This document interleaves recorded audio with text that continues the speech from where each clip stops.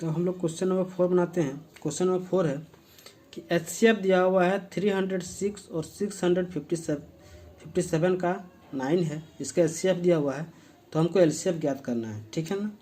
तो यानी कि हमको एचसीएफ दोनों संख्या हमको दिया हुआ है, हमको एचसीएफ दिया हुआ है, बस हमको एलसीएम निकालना है। तो सबसे पहले जो दिया है उसको लिखना है, ठीक है। ऐसे क्वेश्चन को लैंग्वेज वाला क्वेश्चन हमको लैंग्वेज से बनाना होगा। तो सबसे पहले यहाँ लिखते हैं कि दिया है, गिवन है, ठीक है ना। गिवन मेरा क्या दिया हुआ है, हम लोग पहली संख्या को ए मान लेते हैं, तो वो पहला संख्या को ए मानेंगे तो उसको हम लोग 306 मान लें। दूसरी संख्या को बी मानते हैं, तो बी दिया हुआ मेरा 657 और मेरा एचसीएफ दिया हुआ है 9 और हमको निकालना है एलसीएम। एलसीएम को ज्ञात करना है, एलसीएम को निकालना है, ठीक है। तो हम जानते हैं, ठीक है ना, हम जानते हैं कि दोनों संख्याओं का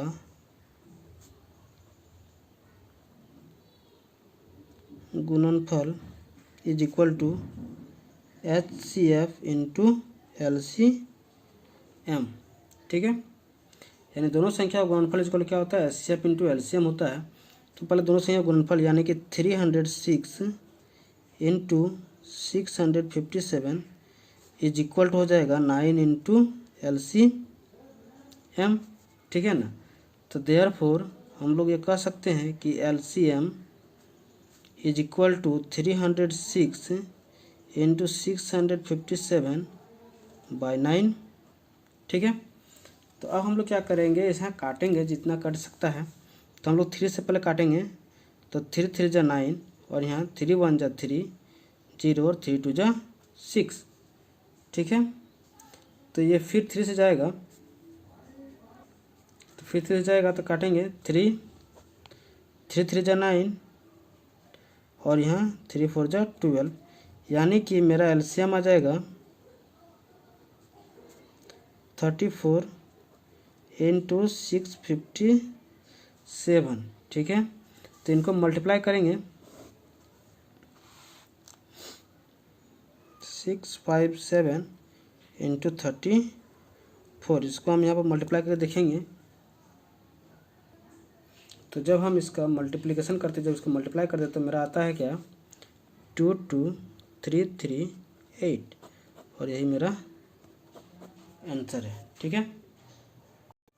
अब क्वेश्चन नंबर 5 देखते हैं। क्वेश्चन नंबर 5 है कि जांच करना है कि कोई प्राकृतिक संख्या जो कि 6n में है तो क्या उसका समाप्ति अंक 0 हो सकता है। हमको ये दिखाना है कि उसका समाप्ति अंक 0 हो सकता है या नहीं हो सकता है। तो एक चीज़ जानिए कि किसी भी प्राकृतिक संख्या के अंत में अगर वो 0 आता है तो वो 10 का गुणज होगा ही होगा, ठीक है। और 10 का गुणज होगा यानी कि 2 इंटू 5 के फॉर्म में वो होगा, ठीक है। तो हम लोग 6n का बात करते हैं, ठीक है ना। चूँकि यहाँ 6n का बात करते हैं, यानी इसको अगर तोड़ेंगे तो 2 into 3 to the power n आएगा। तो यहाँ हम लोग देखते हैं कि यहाँ 5 अनुपस्थित है, यानी कि यहाँ कह सकते हैं कि चूँकि 5 अनुपस्थित है, इसीलिए 6 टू द पावर n जो होगा इसके अंत में 0 नहीं होगा, ठीक है। 6 टू द पावर के अंत वाला कोई भी अंक होगा, 6 टू द पावर n का अंक होगा तो वो 0 से समाप्त नहीं होगा, ठीक है ना।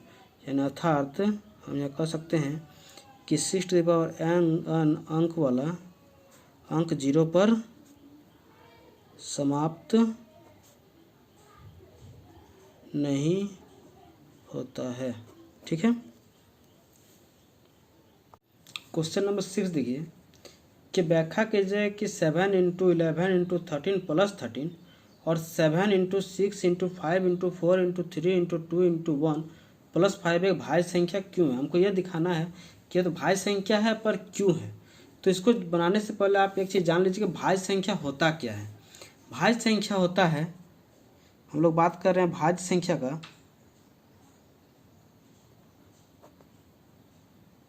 हम लोग भाज्य संख्या की बात करते हैं तो भाज्य संख्या वैसा संख्या होता है जो एक या अपने आप के अलावा और भी संख्या से विभाजित हो, ठीक है ना। और अभाज्य संख्या, एक होता है अभाज्य संख्या। अभाज्य संख्या वैसा संख्या होता है जो सिर्फ 1 से या फिर अपने आप से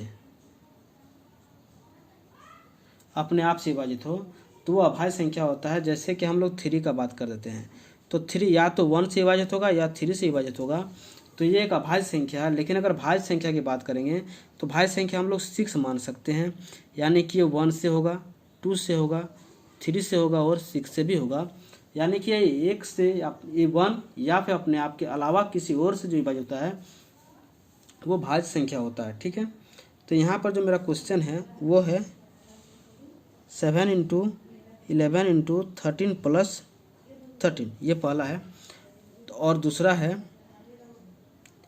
7 × 6 × 5 × 4 × 3 × 2 × 1 + 5, ठीक है।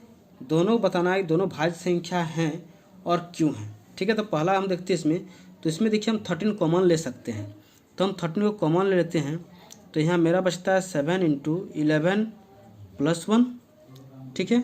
तो यानी कि 13 × यहाँ आ जाएगा 77 + 1, यानी कि 13 × 78। ध्यान दीजिए यहाँ एक से ज़्यादा गुणनखंड हो चुका है, 13 और 78, ठीक है। और इसी तरह यहाँ पर देखिए 5 कॉमन लेते हैं, तो यहाँ बचता है 7 × 6 × 4 × 3 × 2 × 1 और फिर +1, यानी 5 × यहाँ आ जाएगा मेरा